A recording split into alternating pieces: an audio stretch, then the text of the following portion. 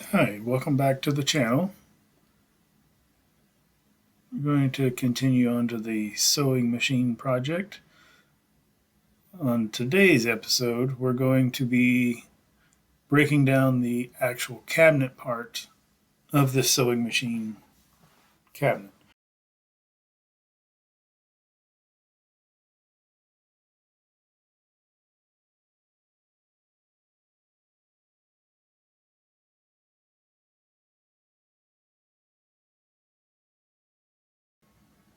So just to recap, we're just looking at the sewing machine. Kind of this is the first look, this is where we first saw it in the last video.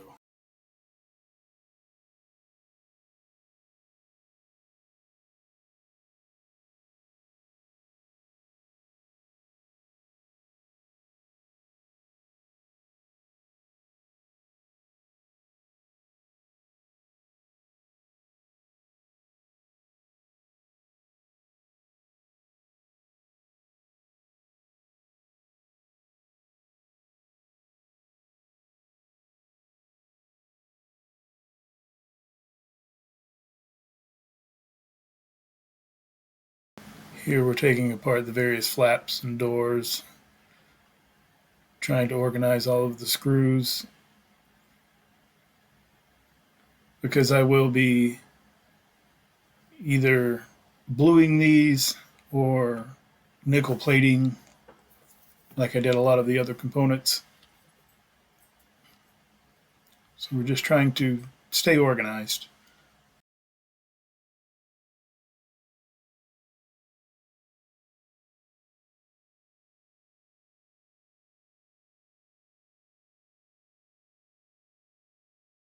Like any good disassembly project, you have to kind of find the best angle of attack.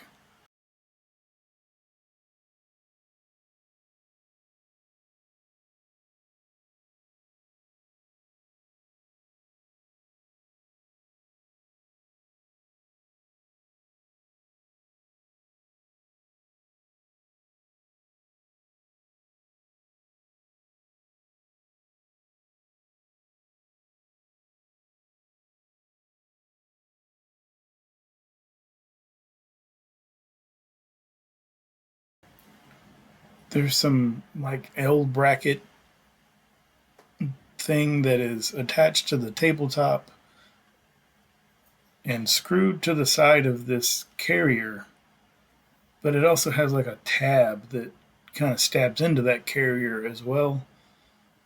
And I think at this point, I decided it was probably best to get the base off so I could really look at it instead of trying to pry those things off and damaging them further.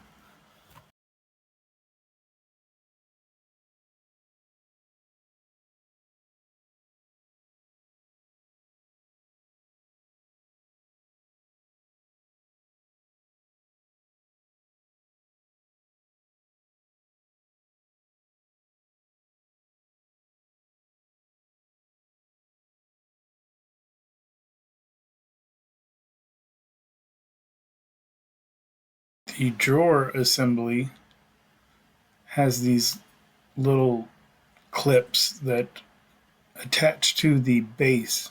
So I have to remove those before I can take the base off to then get into taking out the cabinets and all the individual components.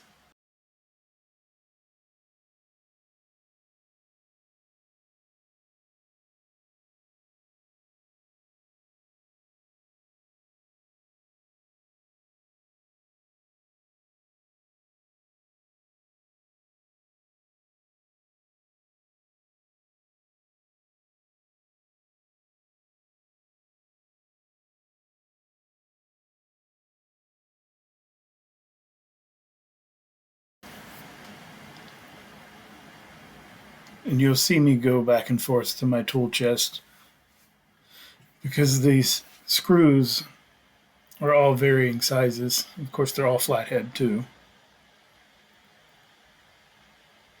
So I have to continue to size around on my screwdrivers. Um,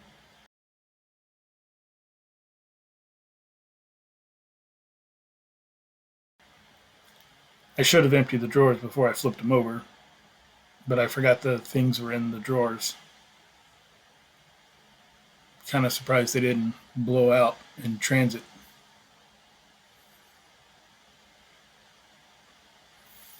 And here's a piece of the drawer assembly that had broken off. It was in one of the drawers.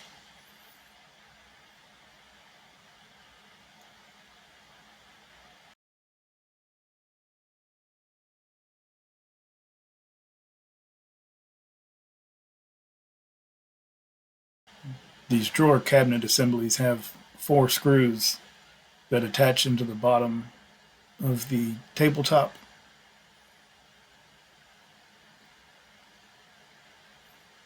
And they are at a very precarious angle. But luckily, they weren't rounded off or full of crud or just seized up. They came out pretty easily.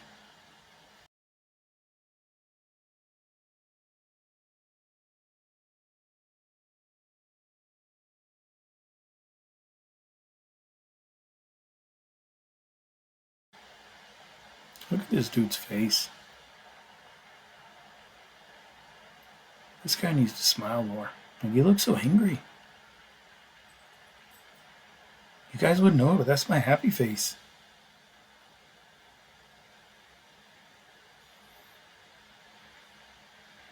Like, I'm in my element right here.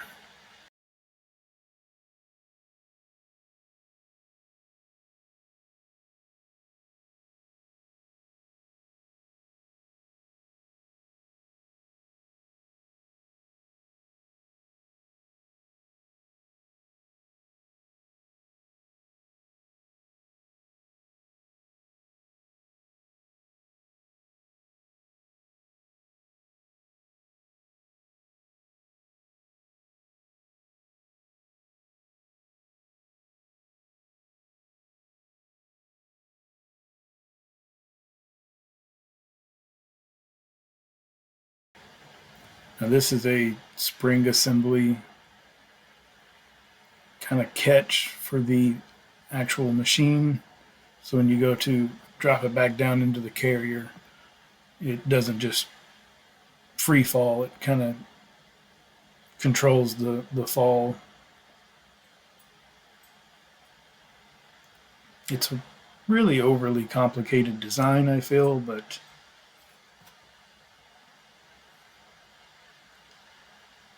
I just work here.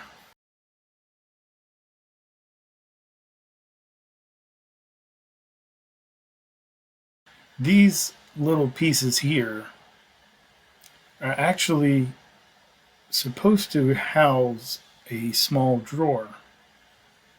You know, it's obviously would be a shallow drawer, like 2 or 3 inches deep, but there was only one of the brackets for however the drawer was supposed to mount. And these holes were full of dirt daubers. So I had to break apart all of that, fish all of that out before I could even access the screws that were in there.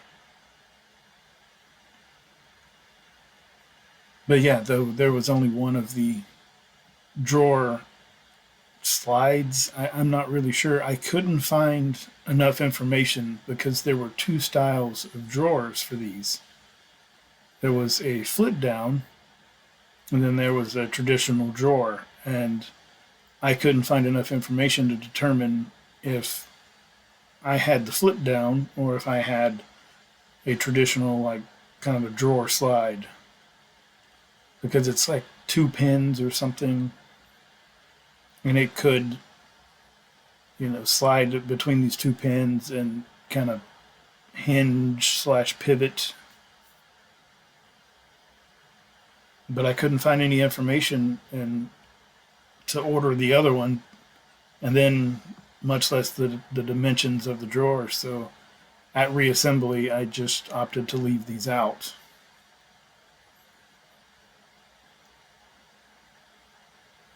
And I think honestly that's a cleaner look than just having two random blocks of wood hang down that don't do anything.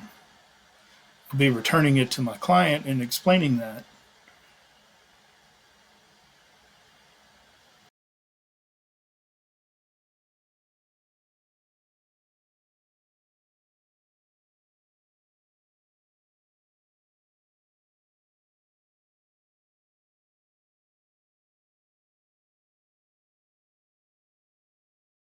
On here is, I think it's like 6 or 8 screws around the edge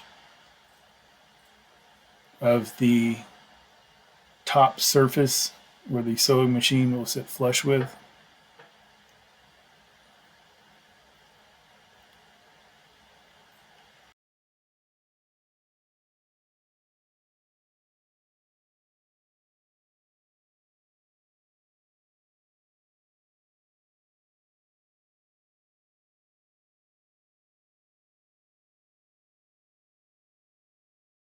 And here I'm breaking down the little carrier case. It's really weird for as thin as this is. I believe this is like 1/8 inch plywood with a few bracing strips.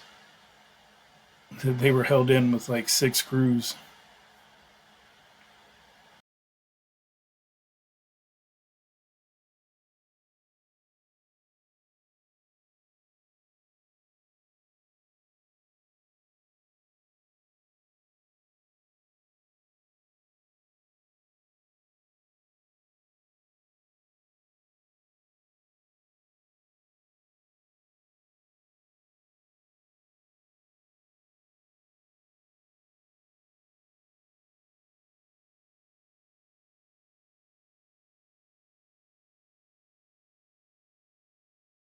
Side panels.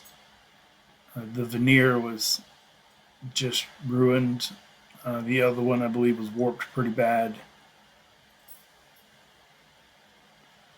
And on the back panel, it had the brace had separated from the veneer and the little 1/8 inch ply, and it has like little nails that run through it all, and it had popped through the nails.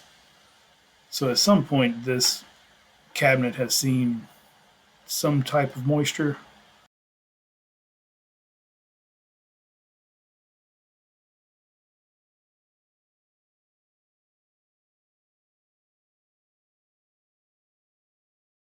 That all of the seasons that it's gone through in a non-climate controlled environment, it's really wreaked some havoc on the alignments.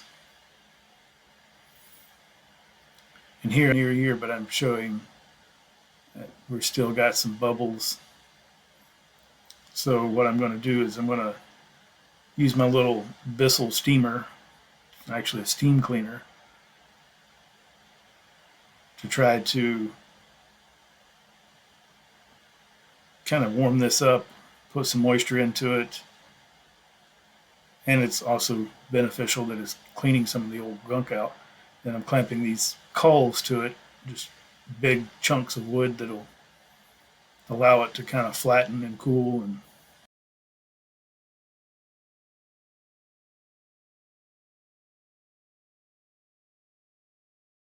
this is on the back side of the tabletop. The tabletop itself was just all the veneers were split, and there's 2 or 3 pieces that are just missing.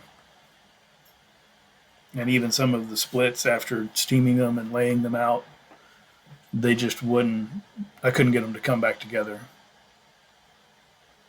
And so I'll show you later how we address that.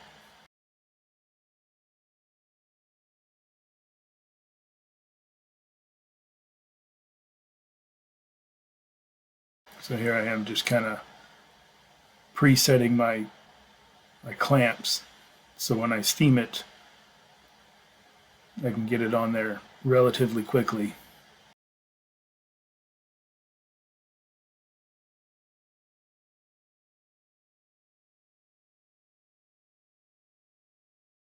See, I'm using a syringe here with some of this veneer glue to come in under some of the veneers that have just raised up, but they haven't split. And there's two layers of veneer. There's the top layer of walnut veneer, and then there's just some kind of core filler material. And in some areas, both have separated from what I believe is a white oak core. I was somewhat tempted to just strip it all back to the white oak, but then I was afraid that I would get in there and discover that it wasn't actually a solid white oak core. So we carried on. And so I've got these coals. I've got some of the aluminum duct tape, like the duct with a T, not the duck, like not the poverty chrome. I've got that lined on these coals so when I do glue ups, the glue won't stick to them. And so I believe I've changed strategies here and decided that this longer piece would allow better pressure throughout.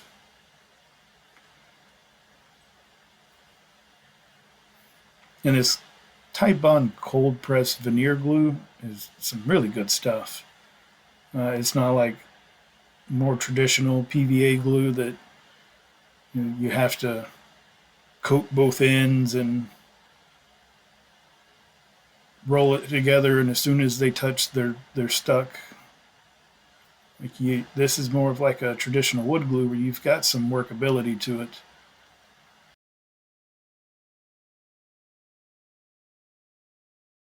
The core pieces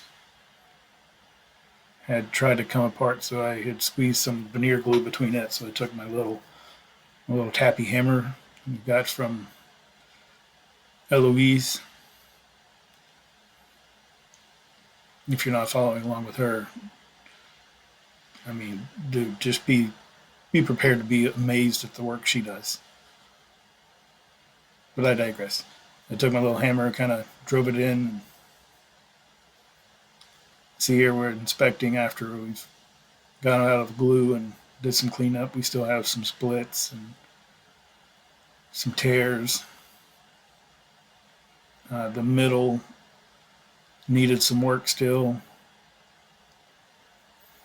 I don't know if you can see well enough, but I have like a chalk line circle, like at several stages of inspection. I just went around and circled areas with chalk that we needed to readdress. I really hate to paint, but I have like 4.5 gallons of paint, so there's a good use for them.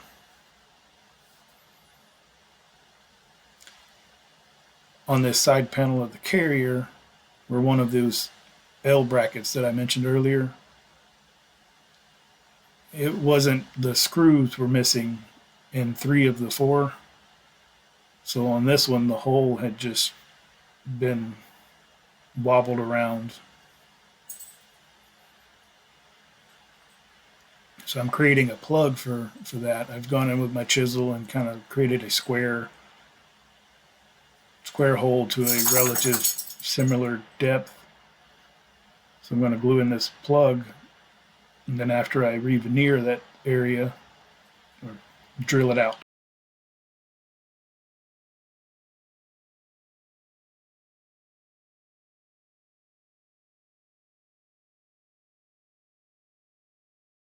Now we're getting ready to take out some of the bad veneer that was just not salvageable. So what I'm doing is using a square to come in and cut out some of the splits, some of the chipped pieces.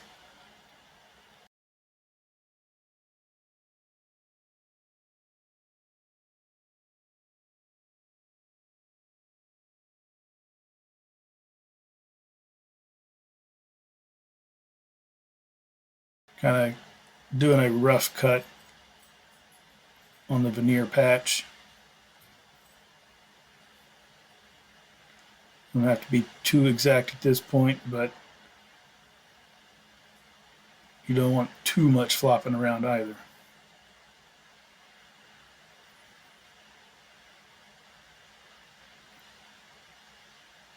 And I lost my line.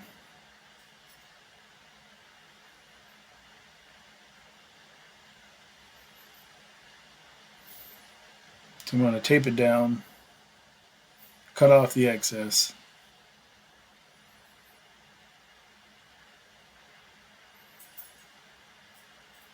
And I'm trying to patch this in where it flows with the existing grain. It's not going to blend perfectly, but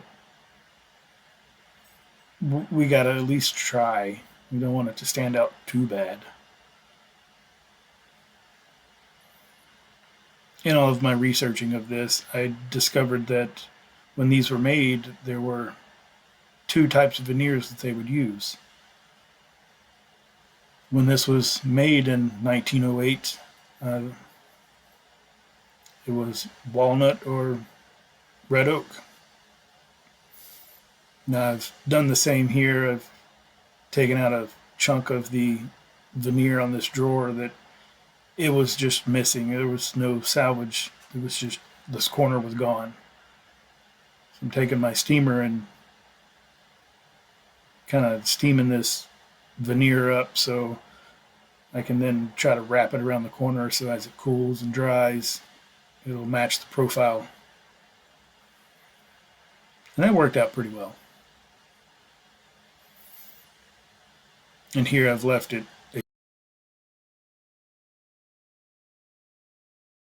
So for this type of deal, instead of trying to make the patch fit, I'm going to cut it arbitrarily along with the old veneer.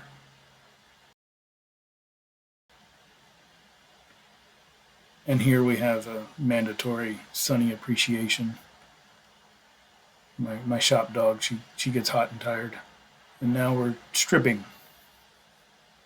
Not that kind of stripping. Nobody wants to see that kind of stripping. This is a family channel.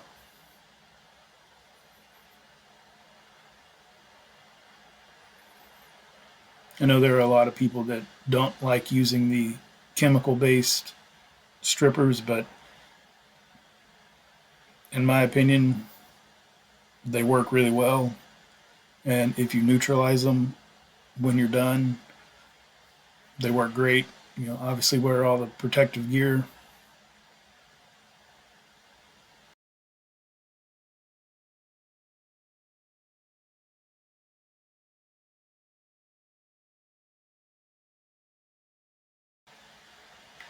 I'm going to use my plastic scraper here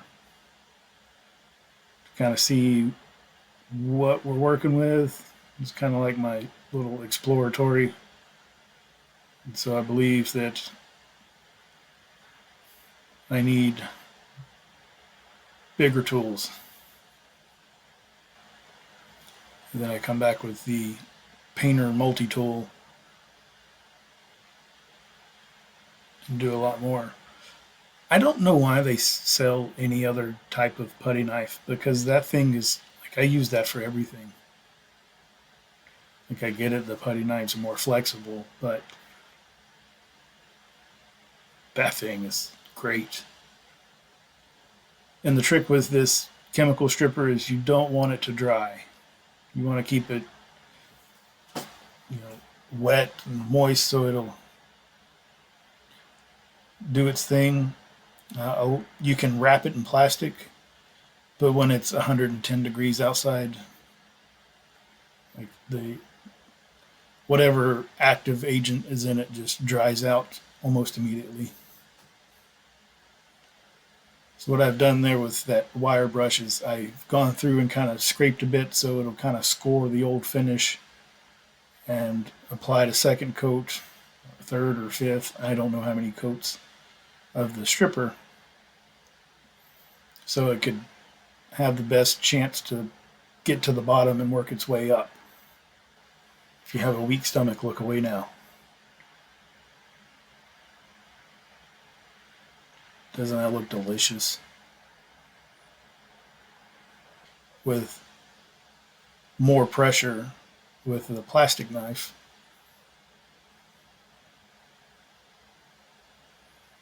And then to neutralize it, you just kind of spray it with water and wipe that off.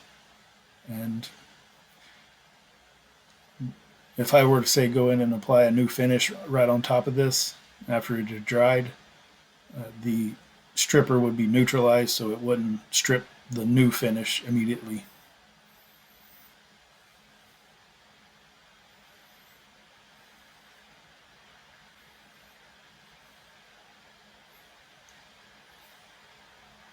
And so here's some of the low spots that are still shiny. With the knobs, I just put them in my lathe and just sanded them back real quick.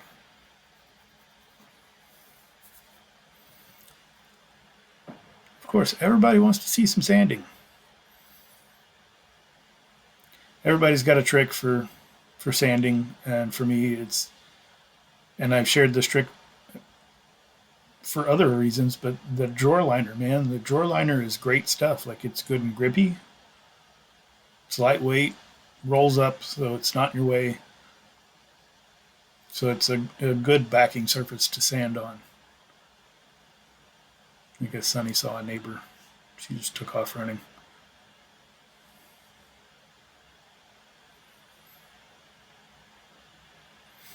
And you can see that patch there. It's not quite blended, but it's not as bad as it was before the stripping.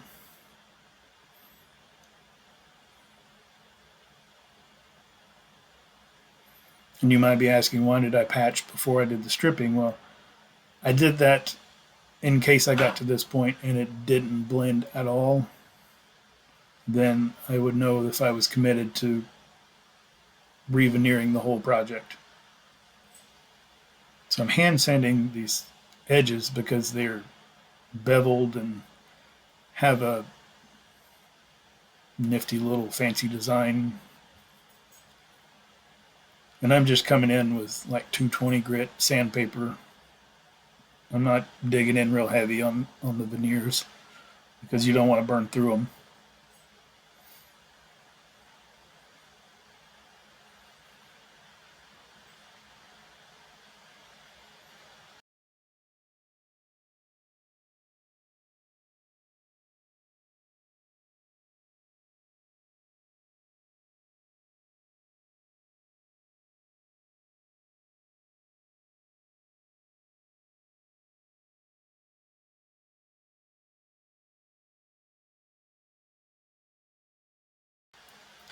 And here I've mixed up some old American finish, I believe is the color, with some Danish oil to thin it out so that I could paint it on with one of my old artist paintbrushes that I haven't used in several years. And so I'm trying to basically paint the new veneers so that they will blend better with the old. And again, it's not perfect, but it's not bad either.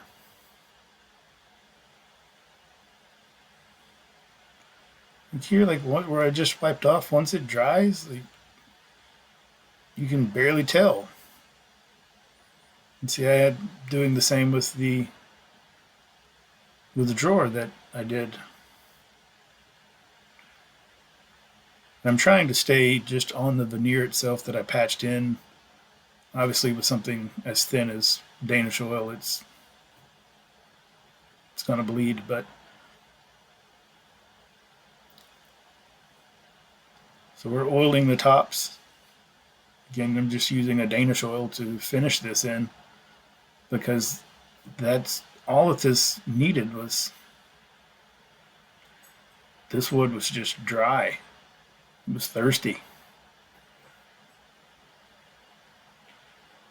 And so I let it soak in for a little bit. I did a couple pieces at a time so that by the time I finished the second piece, the first piece was ready to be, the excess was ready to be wiped.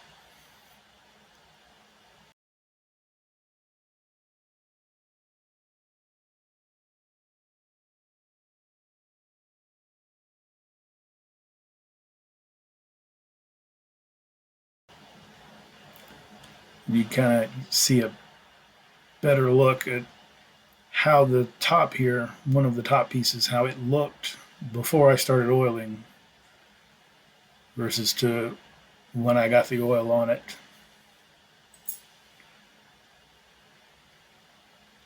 I mean, again, it was just super dry.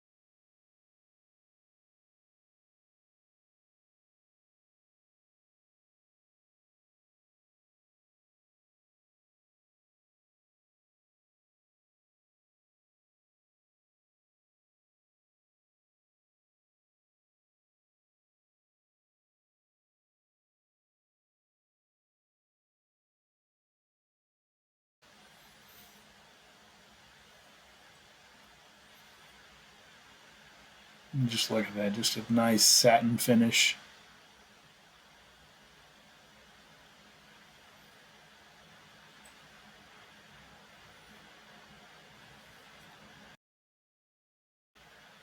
I didn't disassemble these drawers because they were all pretty structurally sound,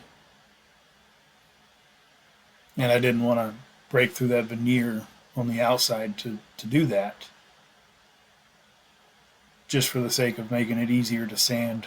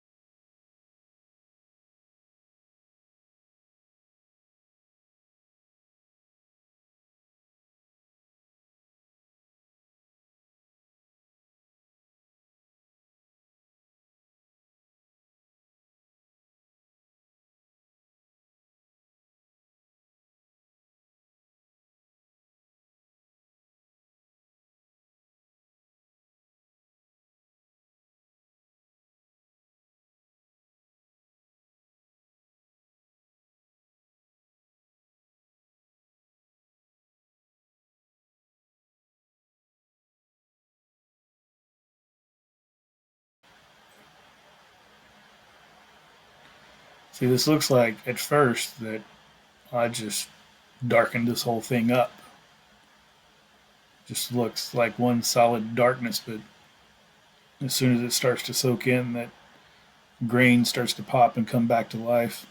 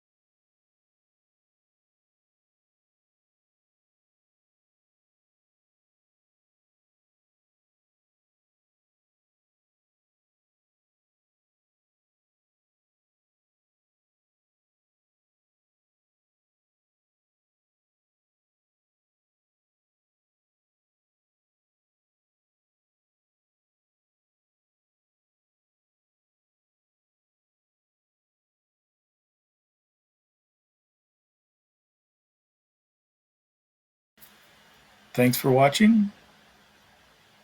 like and subscribe if you're enjoying the content so far.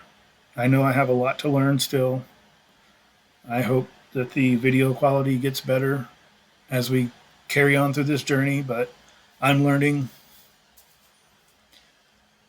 I'm trying to learn how to work in a camera amidst all of the work.